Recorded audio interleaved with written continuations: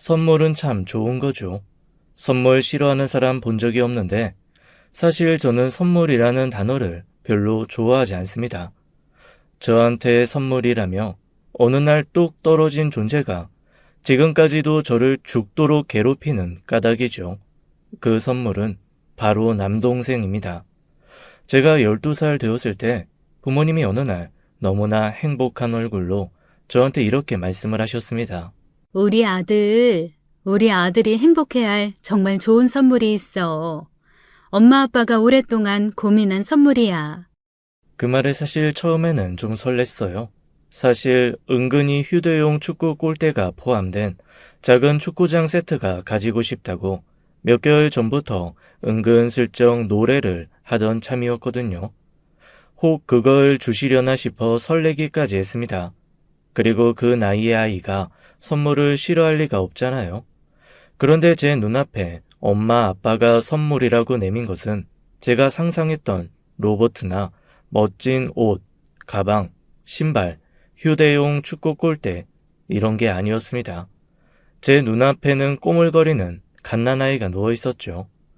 제가 깜짝 놀란 얼굴로 부모님을 가만히 쳐다보자 부모님께서 기대 가득한 얼굴로 이렇게 말씀하시더라고요. 사실 네 동생을 갖고 싶어서 이 엄마 아빠가 오랫동안 노력하고 고민해 왔는데 입양을 하기로 했어. 이 아이가 이제부터는 네 동생이야. 그렇게 말하는 부모님의 표정은 정말로 행복해 보였습니다. 하지만 동생이 저희 집에 온 그날부터 저의 불행은 시작되었어요.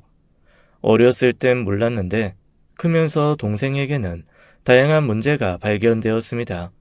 꼭 그 아이가 입양한 아이라서 그런 게 아니라 그냥 성격이 그런 친구였는데 저희 부모님도 저도 그게 너무 버거웠을 뿐이었죠. 수시로 폭력적인 성향도 나타났고 거짓말을 밥 먹듯이 했습니다. 거기에 사춘기 때 어쩌다 친척 때문에 자기가 친아들이 아니라 입양되었다는 사실을 알고 나서는 더더욱 삐뚤어지기 시작했어요. 엄마 아빠가 아무리 차별해서 키운 적 없고 똑같이 사랑한다고 설득하고 매달려도 일단 그 아이는 자기에게 오는 모든 것을 배척하기로 마음먹은 듯 하더라고요. 본인이 받아들이지 않는데 다른 사람들이 어떻게 끝까지 설득을 할 수가 있겠어요? 결국 남동생은 고등학교 2학년 때 가출을 하고 말았습니다. 가출한 남동생을 찾기 위해 저희 부모님 정말 안 가본 데 없고 안 해보신 거 없었어요. 어떻게 하든 찾아내서 데리고 오면 또 얼마 지나지 않아 집을 나가버리곤 하는 게 반복되었습니다. 어쩌다가 자기 발로 집에 기어 들어왔다 싶으면 큰 사고를 치고 숨어 있으려고 집에 온 거고, 그러면 부모님은 또 그 아이가 친 사고 뒤처리 때문에 정신없이 사방을 뛰어다니셨어요. 수도 없이 그런 일이 반복되고 또 반복되었죠. 그 때문에 저는 수험생일 때도 제대로 부모님께 케어받은 적이 없어요. 늘 집에는 경찰이 들락거렸고 엄마 아빠는 혼자서 이것저것 알아서 잘하는 저보다 아픈 손가락인 동생에게 훨씬 더 많은 신경을 쓰셨으니까요. 처음에는 이해하려 했고 그 다음에는 무시하려 했습니다. 하지만 결국 남은 건 미움과 원망뿐이더라고요. 한 번은 저도 참다 부모님께 폭발해서 대든 적이 있습니다. 낳은 아들도 제대로 못 키우는 환경에 던져놓고 엄마 아빠가 부모예요? 차라리 저깟 놈 파양해버리라고요. 지금이라도 파양하고 나라도 잘 키우란 말이에요. 하나도 제대로 못하면서 둘은 무슨... 그때는 몰랐습니다. 제가 한 말이 얼마나 철이 없고 무서운 말이었는지 말이죠. 그 말을 듣고 부모님은 차마 화도 못 내고 멍하게 서서 저를 가만히 바라보기만 하셨습니다. 그런데 참 이상하죠. 두 분이 그렇게 바라보는 눈빛이 세상 어떤 꼬지람보다 제 심장을 더 쪼여들게 하더라고요. 있는 대로 분기텐청해서 쏟아내기는 했지만 금방 내가 진짜 하면 안 되는 말을 했구나. 한번 쏟아진 말이라 주워 담을 수도 없지만 나 진짜 큰 실수했구나 라는 생각이 들었습니다. 하지만 알량한 자존심에 그 말하고 바로 잘못했다고 빌 수는 없었죠. 괜시리 불안한 마음을 안고 냉정한 척 뒤돌았지만 그날 저를 보던 부모님의 영혼 없는 슬픈, 텅 비다 못해 차갑게 얼어붙어 조각난 것 같은 그 눈빛은 지워지지 않습니다. 부모님에 대한 죄송함의 크기만큼 동생에 대한 원망은 더 커지기 시작했어요. 결국 저는 그냥 없는 놈이다 치고 점점 동생의 존재를 제 머릿속에서 지워가기 시작했습니다. 동생 때문에 애면글면 애쓰면서 사는 부모님도 꼴보기 싫어서 대학교 들어가자마자 바로 집에서 나와 혼자 자취를 시작했어요. 엄마, 아빠 내심 집에서 함께 있었으면 좋겠다는 의견을 보이셨지만 그때만큼은 전 단호했습니다. 그렇게 집에서 나온 후로는 명절 때 아니면 거의 집에 안 들어갔던 것 같아요. 어차피 집에 가봐야 속상한 얘기만 듣고 아무도 저한테 신경 안 쓴다고 생각했거든요.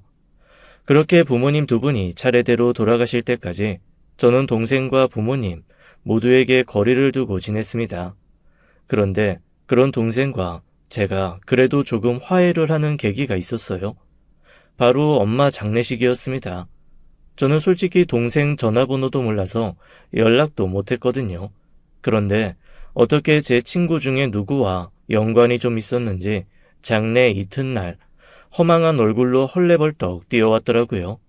이미 2년 전에 돌아가신 아빠 장례식장에서 저랑 한바탕 유산 문제로 싸운 후 동생 얼굴을 처음 보기는 했습니다. 그때도 아빠 장례식장에 와서 자기한테 남겨줄 유산 미리 달라고 행패 부리는 바람에 저희 엄마가 아빠 장례 치르면서 쓰러져서 수액 맞으셨거든요. 그 광경을 보던 친척들이 혀를 끌끌 차고 정말 난리도 아니었습니다. 저는 또 그런 상황이 발생할까봐 혼자서 마음 졸이며 동생을 보고 잔뜩 긴장을 했습니다. 그런데 이 녀석이 갑자기 털썩 주저앉아 펑펑 울면서 엄마 잘못했어요. 엄마 미안해요. 라며 대성통곡을 하는 거예요. 그리고 나중에 저한테 슬픈 얼굴로 술 한잔 하면서 이렇게 말하더라고요. 형, 나쁜 짓은 말이야. 너무나 찐득찐득한 역 같아서 이게 한번 시작하니 끝내기가 어렵더라고. 그런데 그동안 엄마가 정말 매일매일 나한테 문자를 보냈거든. 어떨 때는 좋은 글귀일 때도 있었고 어떨 때는 좋은 영상일 때도 있고 처음에는 귀찮았는데 어느 순간 그게 안 오니까 엄마가 걱정되고 궁금해지더라고. 그런데 형은 내 연락 안 받을 거 뻔하잖아. 건너 아는 다른 친구한테 물어봤더니 그 녀석이 그러더라. 엄마 병원에 계시다가 어제 보고 왔다고. 나한테 너 연락도 못 받았냐고 하는 거야. 그제서야 심장이 철렁했어. 나 진짜 엄마한테 하고 싶은 말이 너무 많은데 말이지. 그렇게 펑펑 우는 동생을 보니 그래도 동생이라고 마음에 찌릿한 게 올라오더라고요. 저희 형제는 그날 엄마 장례식장에서 서로 술 한잔 나눠 먹고 그동안에 쌓였던 앙금을 털어냈습니다. 적어도 저는 그랬다고 생각을 했어요.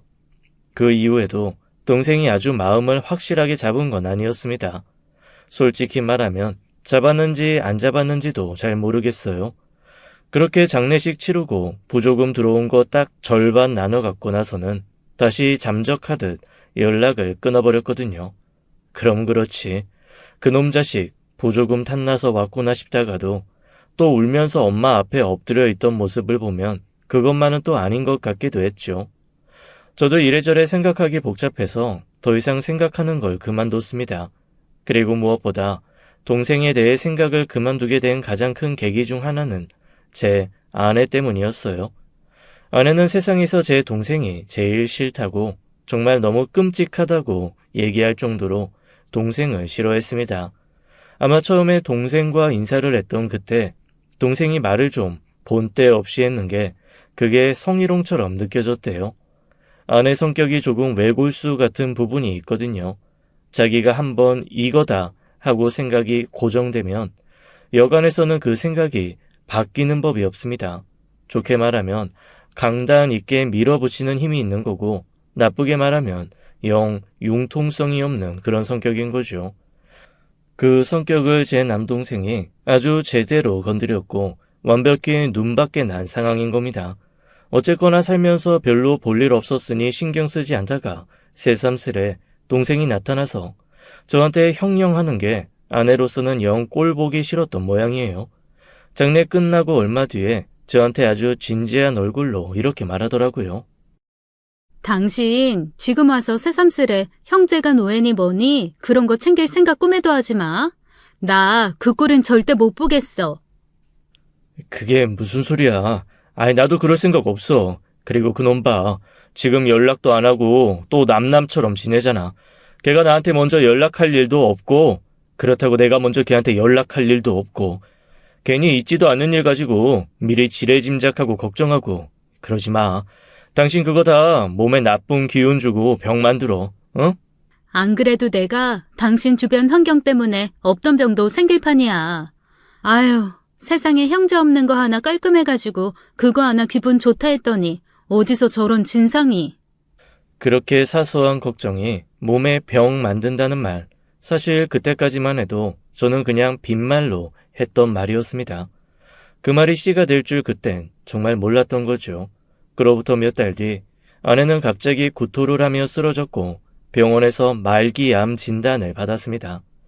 병원에서는 정말 황당한 얼굴로 아니 이 상태가 될 때까지 어떻게 병원을 한번 올 생각을 안 했냐고 저희 부부를 무슨 원시인 보듯 바라보더라고요.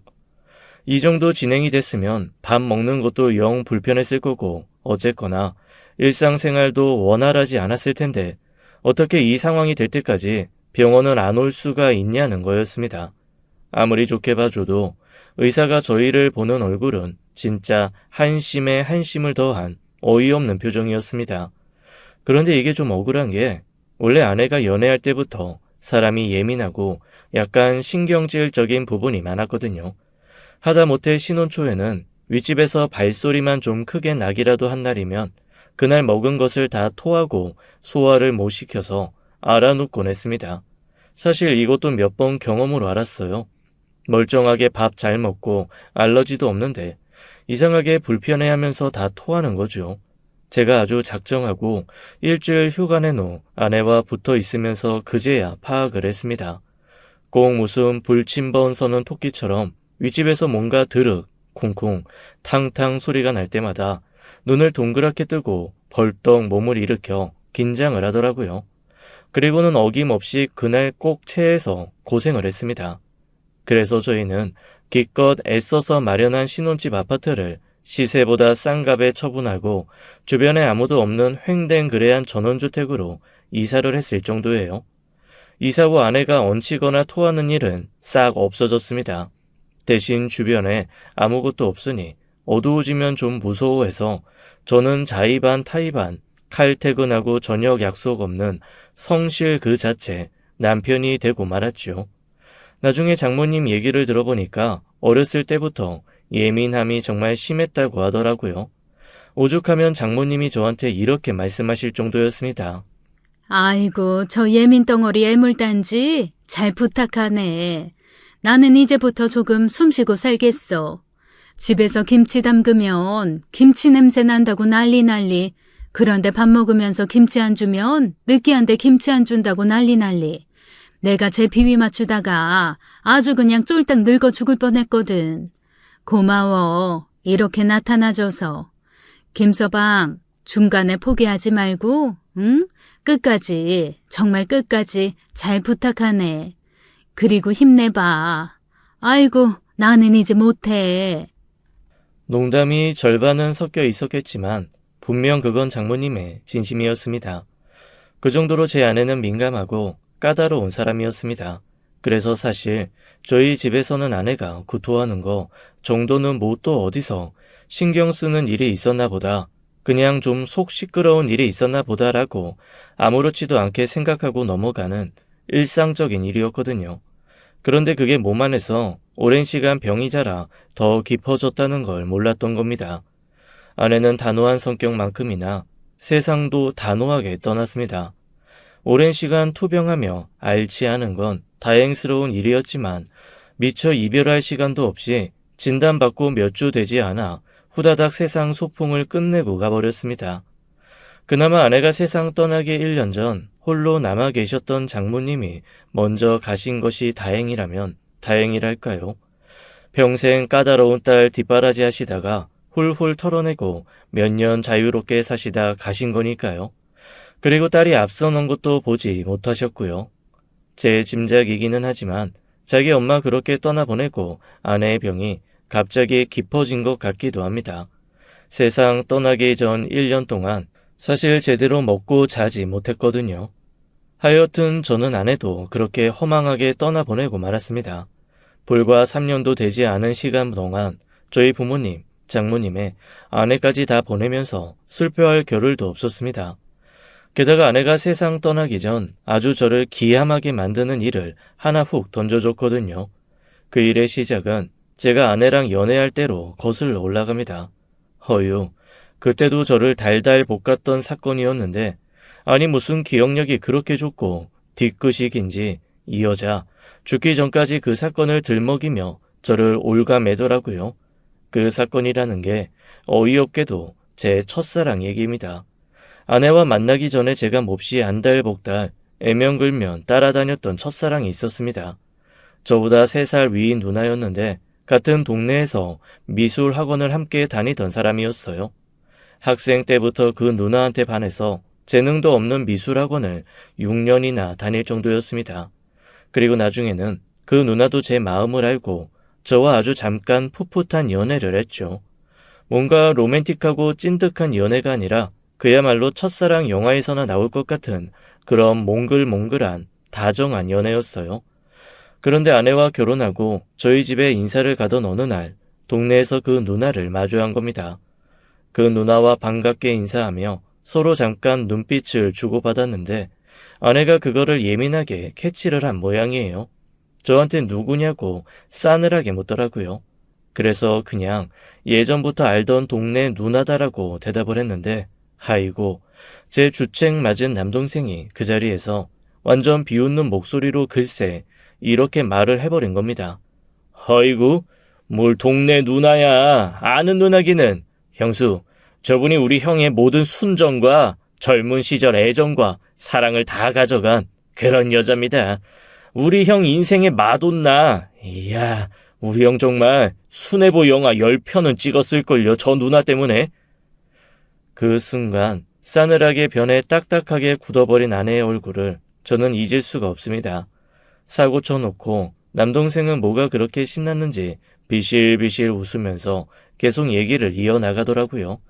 이야, 우리 형이 진짜 미술에 소질 없거든요. 그런데 저 누나랑 같이 미술학원을 다니겠다고 글쎄 6년인가 7년인가? 아유, 어쨌든 형 엄청 오래 다녔지 그 미술학원. 야, 조용히 해. 너 말이 항상 너무 많아. 아니 왜? 내가 없는 얘기하냐? 이게 사람이 없는 얘기를 하면 사기인데 있는 얘기를 하면 그건 진실이라고. 형, 다 맞는 말이잖아.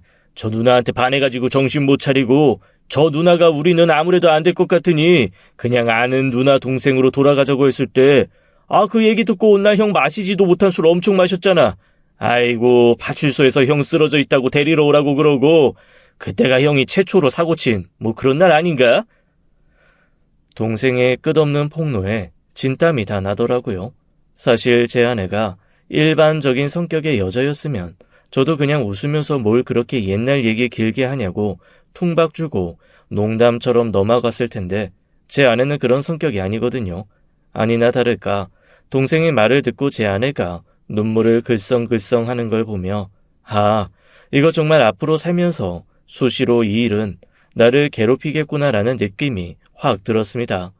제 짐작대로 그날 이후 아내는 세상을 떠나는 그날까지도 툭하면 그 누나 얘기를 꺼내면서 제 속을 한 번씩 긁곤 했습니다. 글쎄 죽기 전에도 이러는 거였죠. 당신 첫사랑 누나라는 사람, 그 사람은 건강하겠지. 미안해. 내가 아니라 그 첫사랑이랑 맺어졌으면 마누라 일찍 하늘나라 보내는 일도 없었을 텐데. 당신한테 내가 괜한 고생, 괜한 경험 시킨다. 아이고 뭐 그런 말이 있어. 내가 그리고 계속 얘기하지만 나 이제 그 사람 얼굴도 생각 안 나. 그냥 어렸을 때 잠깐 동네에서 정들었던 사이지 심각한 사이도 아니었다고. 내가 진짜 10만 번쯤 얘기했잖아.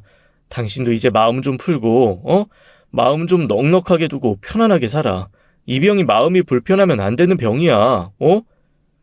그렇게 세상 마지막을 맞이하는 그때까지 제 아내는 그 누나 얘기를 했고 저는 그 누나가 아닌 당신을 사랑한다는 걸 끊임없이 아내에게 증명해야 했습니다. 아주 동생 때문에 한 번 더 제 등골이 서늘했던 순간이었죠.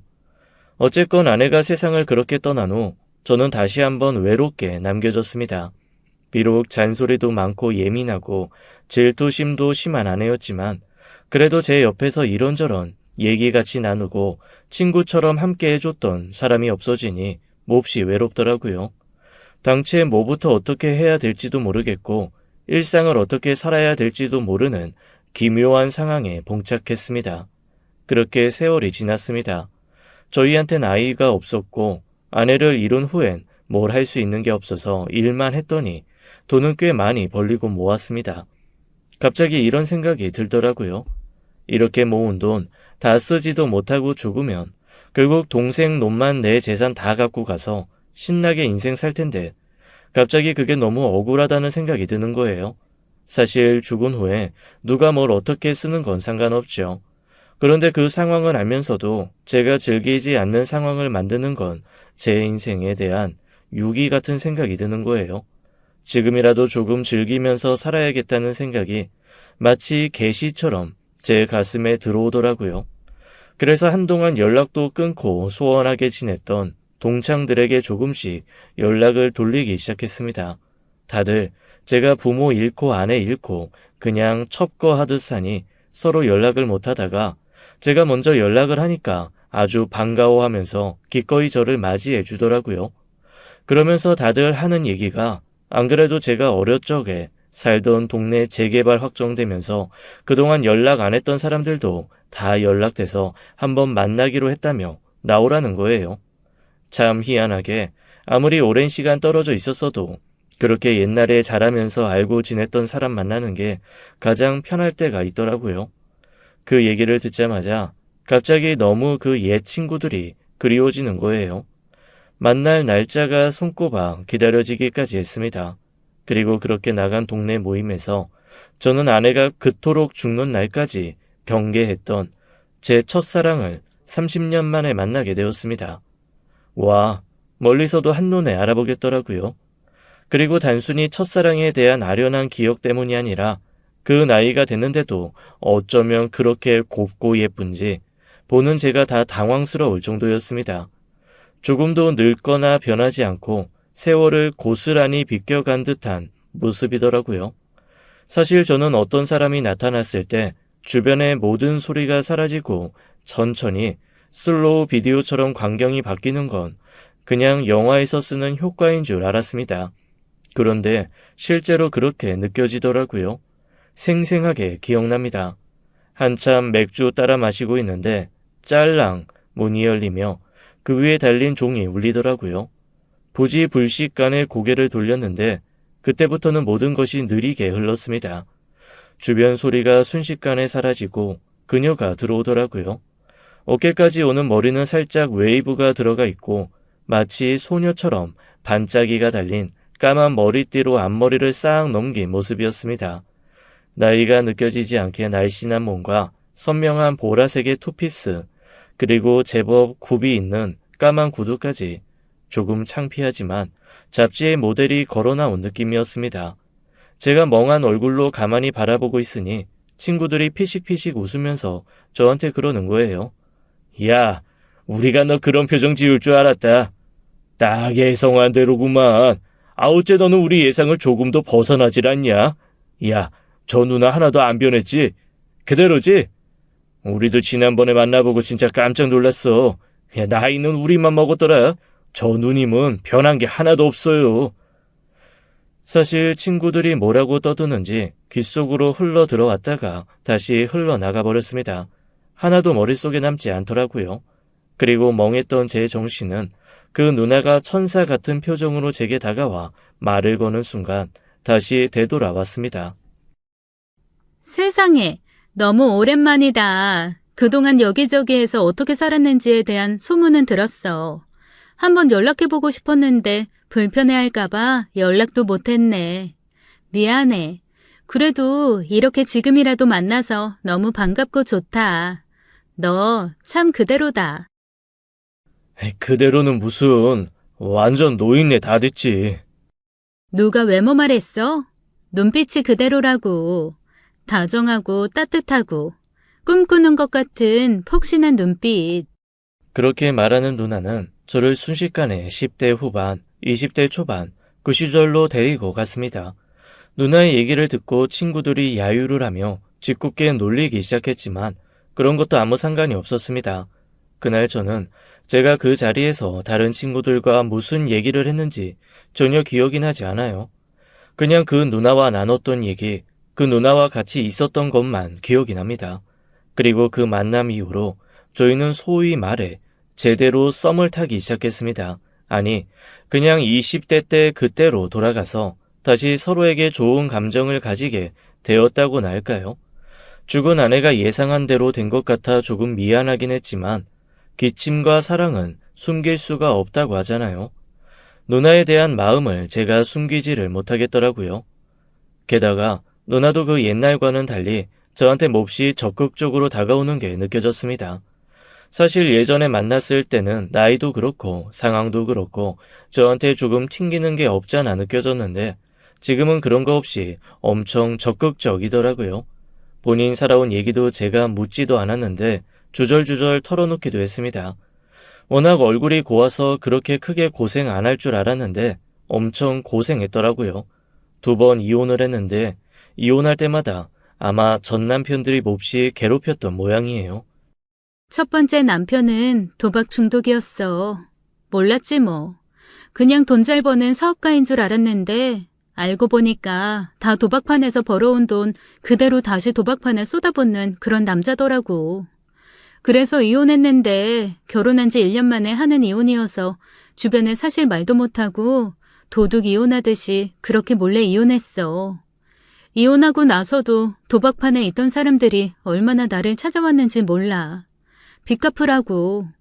결국 그 사람한테 벗어나려고 의지했던 남자가 하나 있었는데 처음에는 든든하고 남자다운 모습에 나 좀 지켜줄 수 있을 것 같았거든. 아이고, 그런데 알고 보니 그놈은 또 폭력. 에휴, 폭력이 생활인 놈이더라고. 내가 남자 보는 눈이 정말 없나 봐. 그냥 네가 나 좋다고 할 때 얼른 널 잡았어야 했어. 생각해보면 가장 완벽한 남자였는데 내가 널 못 잡은 거 그때부터 내 인생에 꼬인 게 아닌가 싶어. 그렇게 말을 하면서 촉촉한 눈빛으로 저를 바라보는데 가슴이 쿵 하고 내려앉는 것 같았습니다. 제가 그 찡긋하는 눈웃음에 반했던 거였거든요. 젊은 시절 저를 설레게 했던 그 눈웃음은 여전하더라고요. 뒤늦게 다시 한번 그녀와 잘해보고 싶다는 마음이 들었습니다. 옛날과는 다르게 그녀도 저를 거부하는 것 같지 않더라고요. 저희는 그 모임을 기점으로 서로 종종 만나서 함께 대화도 하고 데이트도 하며 시간을 같이 보냈습니다. 그렇게 같이 지낸 게 6개월 정도 되다 보니 저도 모르게 제가 그녀의 울타리가 되어주고 싶다는 생각이 들더라고요. 결정적인 계기는 어느 날 데이트 장소에 오던 그녀의 낯선 모습을 본 다음부터입니다. 그녀와 지하철역에서 만나기로 했는데 그 지하철역이 그녀가 운영하는 작은 음식점 근처였거든요. 그 역에서 만나 같이 맛있는 거 먹으러 가기로 한 참이었습니다. 한 번도 자기 가게를 데리고 가지 않아서 나름 공과 사가 정확한가 보다라고 생각을 하고 별로 거기에 대해선 묻지도 터치하지도 않는 상황이었습니다.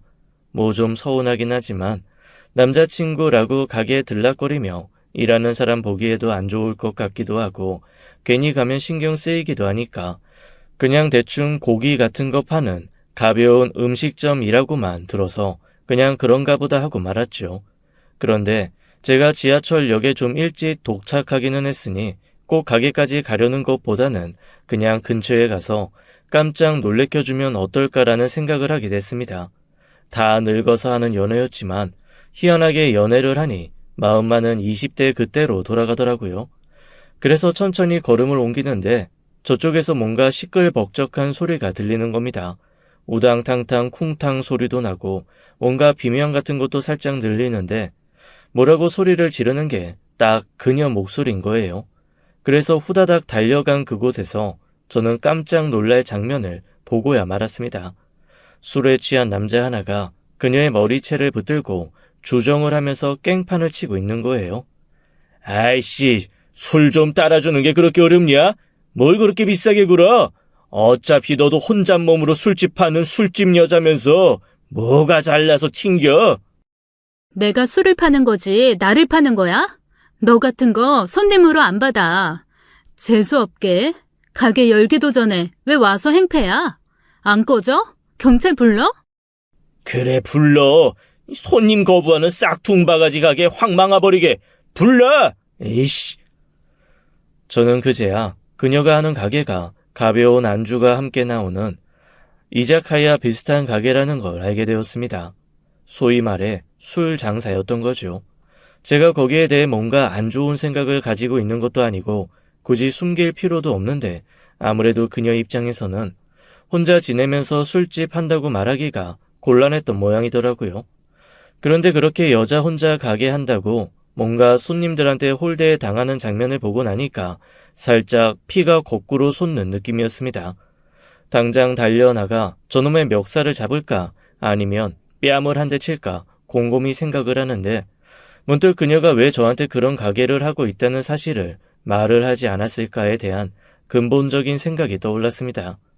본인이 숨기고 싶고 말하기 싫었던 건데 그걸 제가 굳이 이 자리에서 뛰쳐나가 그녀를 당황스럽게 만들 필요는 없다라는 생각이 들더라고요.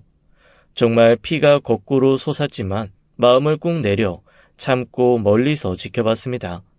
여차하면 정말 경찰을 부르려고 핸드폰까지 손에 쥐었는데 이미 어디서 전적이 있었는 듯 취객은 행패를 부리다가 제 풀에 못 이겨 근처 도로가에 주저앉아 골아 떨어져 버렸습니다. 그녀가 가게 안에서 나와 안절부절 못하던 직원들을 들여보내며 주변 정리를 하더라고요. 그 장면까지 보고 천천히 지하철역으로 걸음을 옮겼습니다.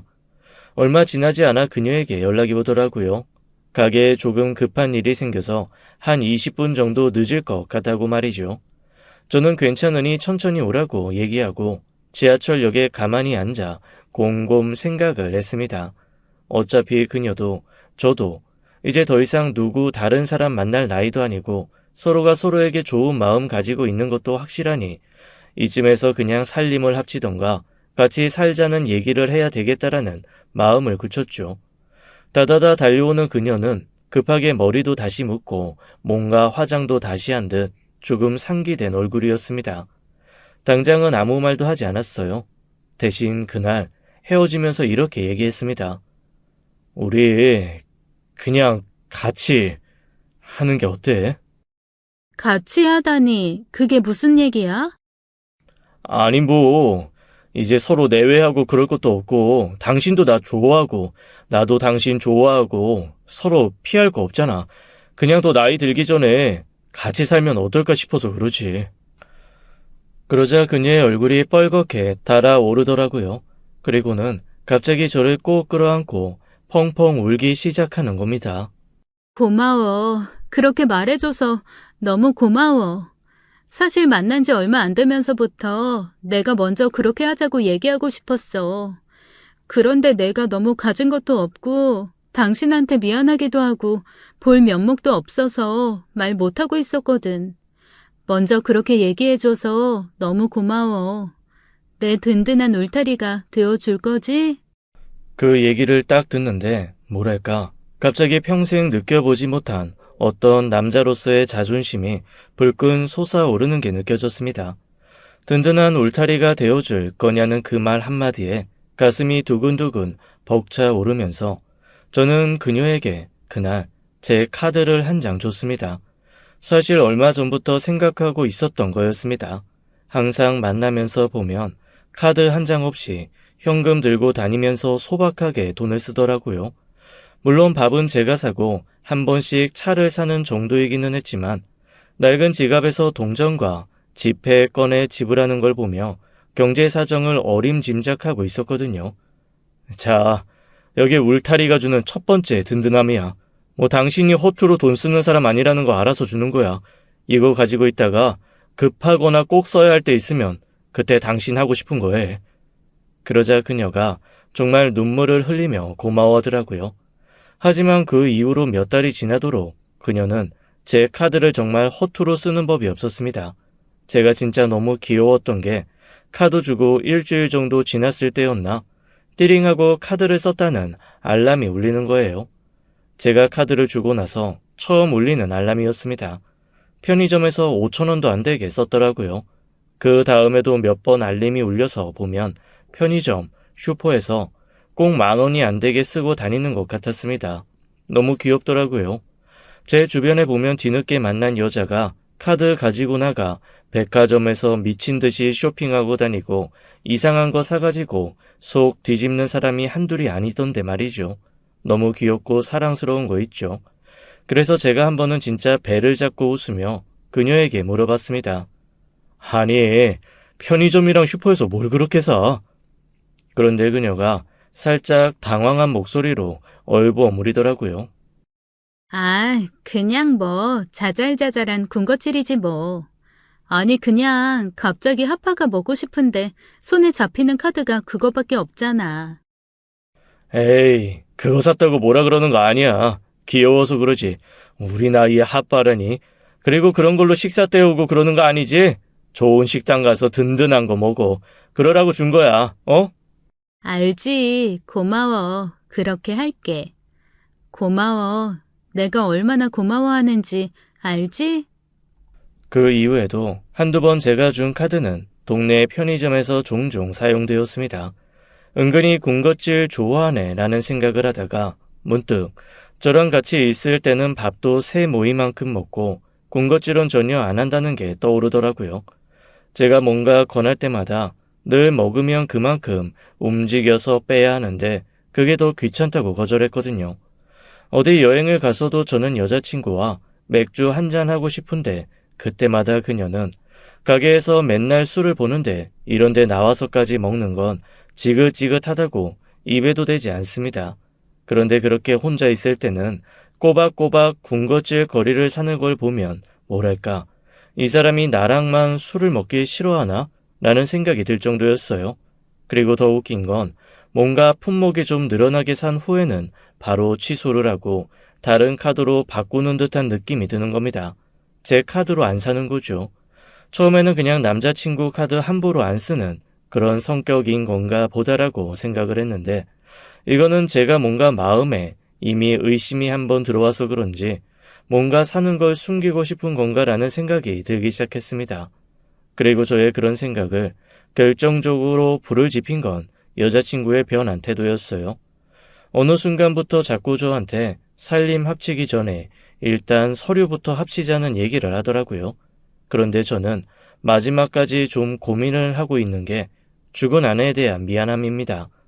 이 사람과 함께 새로운 인생 꾸리는 거 저도 원하는 바지만 어쩐지 죽은 아내가 예상한 대로 제가 행동하는 것 같아서 조금 꺼려지는 게 없잖아 있거든요. 만약 전혀 다른 사람이었으면 지금처럼 고민을 하지는 않았을 거예요. 그냥 그 상대가 그 누나라서 고민이 되는 것이죠. 그래서 덥석 살림을 합치는 것이 조금 망설여지긴 하더라고요.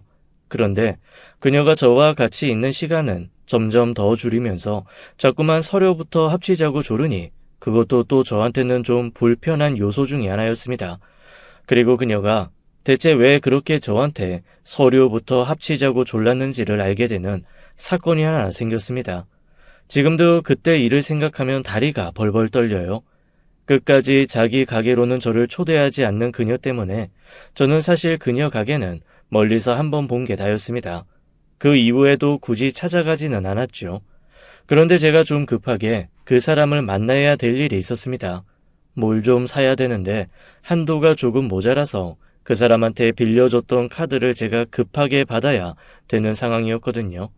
킥은 아무래도 카드라서 불안하고 그 물건은 오늘 안에 사야 하고 제 수중에 있는 카드는 일시 증액이 안 되는 상황이라 방법은 그녀가 가지고 있는 걸 받는 것 뿐이었습니다.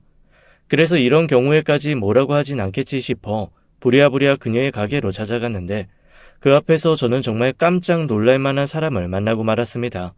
바로 제 남동생이었어요. 남동생이 가게 앞에서 마치 자기 가게인 양 물건을 배달 온 사람하고 대화를 하며 물건을 안으로 들여놓고 있더라고요. 대체 저 인간이 왜 저기 있지 싶어 저도 모르게 몸을 숨기고 멍하게 보고 있는데 글쎄 가게 안에서 제 여자친구가 나오면서 제 남동생의 허리를 감싸는 겁니다. 순간 다리가 풀려 주저앉을 뻔했습니다. 둘이 뭔가 대화를 하며 희낙낙거리는데 제가 어떻게 반응을 해야 될지 너무나 난감하고 당황스러웠어요. 그리고 손발이 덜덜 떨려 아무 생각도 나지 않더라고요. 일단 그 자리를 떠야 했습니다. 조금 떨어진 카페에 앉아 얼음이 가득한 아이스 아메리카노를 3잔 연속 원샷을 하고 나서야 조금 정신이 들더라고요. 일단 카페 주인에게 너무 죄송하지만 살해하겠다. 내 카드 좀 갖다 달라고 몇 번이고 부탁을 했습니다. 10만 원에 살해를 하겠다고 하니 의아한 표정을 하긴 했지만 그래도 카페 주인이 저 대신 카드를 갖다 주더라고요. 물론 제가 전화는 했죠. 근처 카페인데 시간이 어긋나고 애매해서 사람을 대신 보낸다고 말이에요. 뭐 어차피 구석 카페라 사람도 많지 않고 3, 4분 거리이니 카페 주인으로서도 크게 부담은 없었을 거고요. 무엇보다 제 표정이 정말 간절하고 애절해서 아마 거절하기 힘들었을 겁니다. 그렇게 카드를 받고 멍하게 앉아 커피를 몇 잔 더 마셨습니다. 과다하게 들어간 카페인 때문인지 아니면 분노 때문인지 심장이 걷잡을 수 없이 두방망이질 치더라고요. 이후 시간이 좀 지나 황당함이 잦아든 후에 찾아온 건 분노였습니다. 이 인간들을 대체 어떻게 해야 될지 화가 너무 나서 견딜 수가 없더라고요. 그냥 이렇게는 도저히 넘어갈 수 없었습니다. 그날부터 저는 하던 일을 다 두고 두 사람 뒷조사를 시작했습니다. 참, 돈만 있으면 못할 게 없더라고요. 며칠도 되지 않아 두 사람의 사연이 아주 낱낱이 조리 있게 기승전결에 딱 맞춰 저한테 들어오는데 아주 들려오는 얘기마다 제 뒷목을 잡고 또 잡게 하는 것들이었습니다. 우선 동생과 제 여자친구, 아니죠. 동생의 여자는 아주 오래된 질긴 인연이었습니다. 사귀다 헤어지고 사귀다 헤어지고를 반복하고 같이 살다 연락 끊고 지내는 것도 몇 번씩 반복한 악연인지 인연인지 여튼 그렇더라고요. 서로 젊고 힘 팔팔할 때는 각자 배우자 두고 바람도 피웠다가 불타는 사랑에 도피도 했다가 다시 개처럼 싸우고 헤어지고를 하더니 나이 들고는 힘 빠져서 그런지 사기 작당 모의로 돌아선 모양이었습니다. 저 이전에도 시골에 혼자 된 남자 2-3명 정도 등쳐먹고 도망친 전력도 있다 하더라고요. 과정도 저와 비슷했습니다. 일단 남동생이 직접 혹은 대상자의 지인에게 먼저 접근해서 친분을 쌓고 자연스레 여자를 투입, 꼬시게 만든 거죠. 세상 불쌍하고 기댈 곳 없는 사람인 양 청승을 떨며 남자 마음 홀딱 뒤집어 놓고는 재산 싹 들고 날라버리는 걸 반복한 겁니다. 남은 사람 속이야 까맣게 다 들어가건 말건 그렇게 다른 사람 피땀 어린 돈으로 탕진하고 사는 게 이 둘이 사는 방식이었던 거죠. 다음 타겟이 누구일까 두리번거리던 중에 걸려든 게 바로 저였고요. 대체 어떻게 이 둘을 한꺼번에 혼을 내줘야 하나 끙끙 앓고 있는데 기회는 정말 우연처럼 필연처럼 다가왔습니다. 원래 욕심이 많은 쪽이 더 엉덩이 들썩들썩 어쩔 줄을 모르잖아요. 제가 카드도 가져가고 서류 합칠 생각도 안 하니 뭔가 몸이 달았는지 슬슬 앓는 소리를 시작하더라고요. 처음 시작은 가게 주인이 세를 너무 올려달라고 한다며 차라리 그 가게 자리를 사고 싶다는 거였습니다. 진짜. 이 나이 돼서 남의 공간에 기생해서 사는 거 정말 힘들어. 차라리 돈 좀 있으면 가게를 확 사서 운영하고 싶어. 가게 하는 거 힘들다며. 나이 들어서 요리하는 것도 사람 대하는 것도 힘에 부친다고 하지 않았어? 그래도 어떻게 바로 때려쳐. 돈 벌 수 있을 때까지 벌어야지.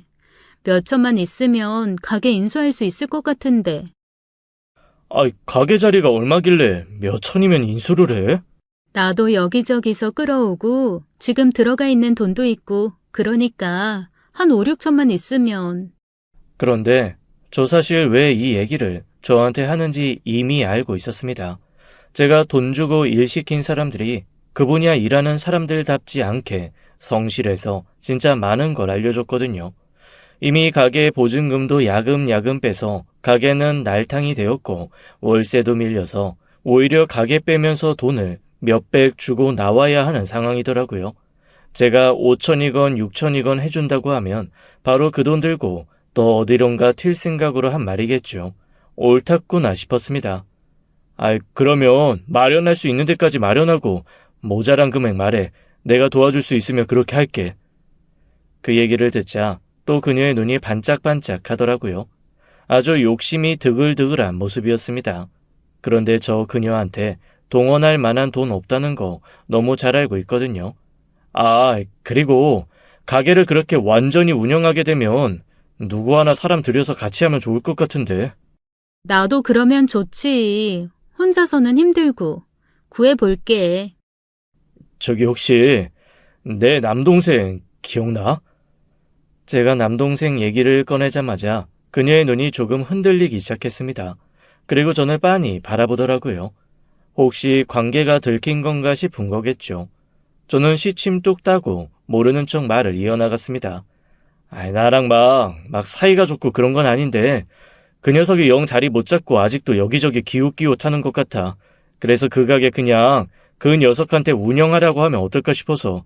아예 생판 남도 아니니까 당신이 좀 왔다 갔다 하면서 도와줘도 좋고. 어머. 그러면 나야 좋지. 생판 남도 아니고. 원래 잘 되는 가게는 가족끼리 운영하고 그런다잖아. 너무 좋다. 그녀가 환하게 웃는 것을 보는데 마음이 참 쓰라렸습니다. 아주 대놓고 남동생과 함께 할 기회를 잡았다 싶었겠죠. 뭔가 잔뜩 신이 난 듯이 부랴부랴 밖으로 나갔다. 그날 저녁 늦게 들어온 그녀는 제게 처음 말했던 것보다 높은 7천만 원을 요구했습니다. 일단 알겠다고 했죠. 저는 적은 돈이 아니니 대출 신청하고 심사받고 며칠 걸릴 것 같다고 얘기했습니다. 그랬더니 그녀가 가게 주인에게 말하고 가게 재정비를 하겠다며 며칠은 가게에서 지내면서 정리하겠다고 하더라고요. 그러라고 했죠. 그럴 거라는 거 이미 짐작하고 있었거든요.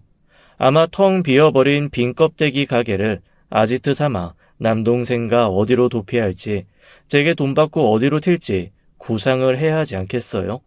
이미 가게 주인과는 제가 따로 연락을 해둔 상태였고 그 둘이 가게에서 뭉개고 있는 거 며칠은 그냥 모른 척 눈 감아 주기로 한 상황이었습니다. 제가 남동생과 그녀 둘 다 처리하고 나면 밀린 2달치 월세에 가게 복구 비용은 주겠다고 했거든요. 건물주로서는 손해볼 일 아니니 제 마음대로 하라고 하더라고요. 그렇게 중요한 집 몇 개만 챙겨 그녀가 가게 정비를 핑계로 나간 후 저는 바로 이사를 해버렸습니다. 물론 이것도 며칠 전부터 빠르게 준비해왔던 겁니다. 아마 제가 이런 생각과 행동을 할 거라고는 꿈에도 생각 못한 채 두 사기꾼은 나름의 핑크빛 미래를 그리며 가게에서 대놓고 사랑을 속삭였겠죠. 모르는 척 이사를 마무리하고 저는 3일 만에 그녀에게 마지막으로 딱 한마디 음성 메시지를 남겼습니다. 네가 내 동생이랑 놀아나고 내 등쳐 먹으려는 거 알고 있어. 가게에 보탤 돈 해주겠다는 거 나도 거짓말 한번 해봤어. 그리고 거기 월세 엄청 밀렸더라. 보증금도 다 쓰고. 아마 오늘 낮부터 강제로 가게 철거 들어갈 수도 있어. 머리끄댕이 잡히고 싶지 않으면 부지런히 도망가는 게 나을걸?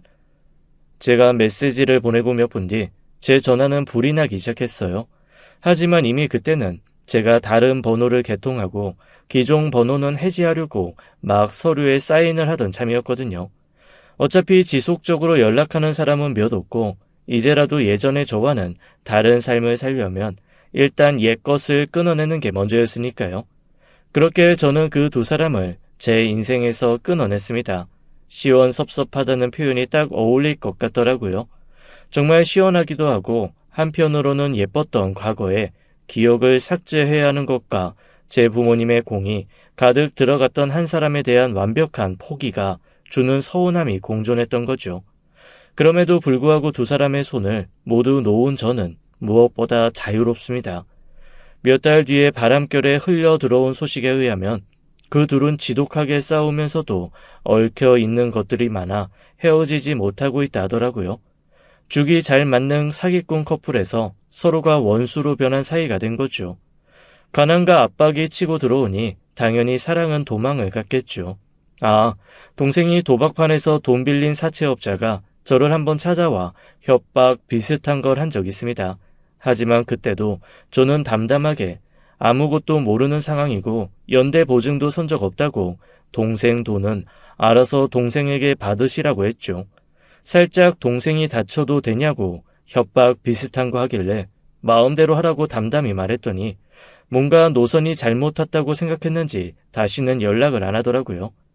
요즘 저는 뒤늦게 나타난 첫사랑한테 정신 팔려 노년 인생 싹 말아먹을 뻔했는데 정말 구세 일생으로 살아난 기분입니다. 사실 죽은 아내의 예민함 때문에 서류 합치는 걸 망설인 게 계기였으니 하늘에서 아내가 저를 지켜준 게 아닌가 싶은 생각마저 듭니다. 말 그대로 두 번째 인생을 선물 받은 느낌이랄까요? 앞으로는 그냥 그 누구도 믿지 않고 저 혼자 행복하게 즐기면서 살아보려고요. 그게 속 편할 것 같습니다. 사람 고쳐 쓰는 거 아니고 첫사랑은 추억일 때 가장 아름답고 돈 앞에서 끝까지 성실한 관계였으며 눈치 빠른 여자의 말은 언제나 맞다는 거. 그게 이번 일들을 겪으면서 제가 깨달은 것들입니다. 지금까지 사연 읽어주는 남녀였습니다. 끝까지 함께 해주신 여러분 감사드리며 저는 다음 사연으로 돌아올게요. 감사합니다.